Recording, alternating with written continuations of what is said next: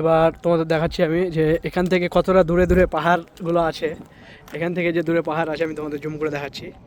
এই একটা পাহাড়, এখানে একটা পাহাড়, ওই এই যে একটা পাহাড় দূরে, হ্যাঁ দুটো। আর এদিকে তো আছে, আমি জানি না আসবে কি না, দেখি। এদিকে আসছে না। আর তোমরা তো দেখতেই পাচ্ছ এই জায়গাটা কেমন হয়ে আছে। আমি এই সাইডের পাহাড় কয়েকটা দেখাচ্ছি, তোমরা দেখো। এদিকেও আছে পাহাড়, এই দেখো, এই যে একটা পাহাড় এখানে। আমি বললাম না পুরো এখান থেকে এই হায়দ্রাবাদে চারোদিকে শুধু পাহাড় আর পাহাড়। এখানে একটা পাহাড়, এই যে এরকম। আমি ট্রেনে আস্তে আস্তে অনেক পাহাড় দেখলাম, এরকম অনেক পাহাড়। এইসব পাহাড়, এই যে পাহাড়, ওই যে দূরে ওই যে পাহাড়, শুধু পাহাড়ে ভর্তি, ছোট বড় মিলিয়ে অনেক অনেক পাহাড়। একটা একটা করে দেখলে যা দৃশ্য দেখার মতোই দৃশ্য। আর কি বলবো, আমি তোমাদের আমি দেখাচ্ছি যে কতটা সুন্দর লাগে।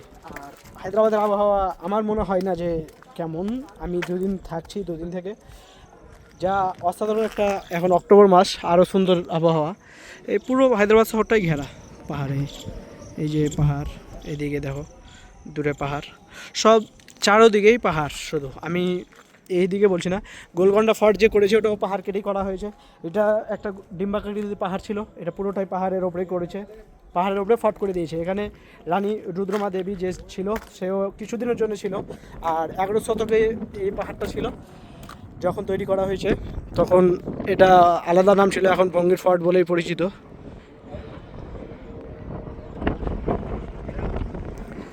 এইরকম অনেক, এখানে একটা টাওয়ার করানো হয়ে আছে। আর শহরটা তোমাদের দেখাই, এইদিকে ভঙ্গির শহর।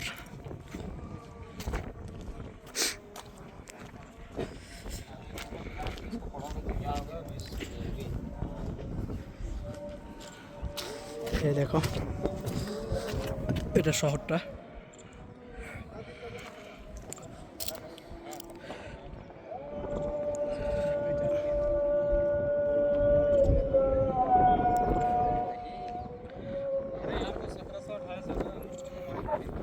ঠিক আছে, আমি এবার ওই সাইডগুলো দেখাই তোমাদের। এখন উপরে এই চূড়ায় এসে দেখালাম সব কিছু, এবার উপরের সাইডগুলো দেখাবো।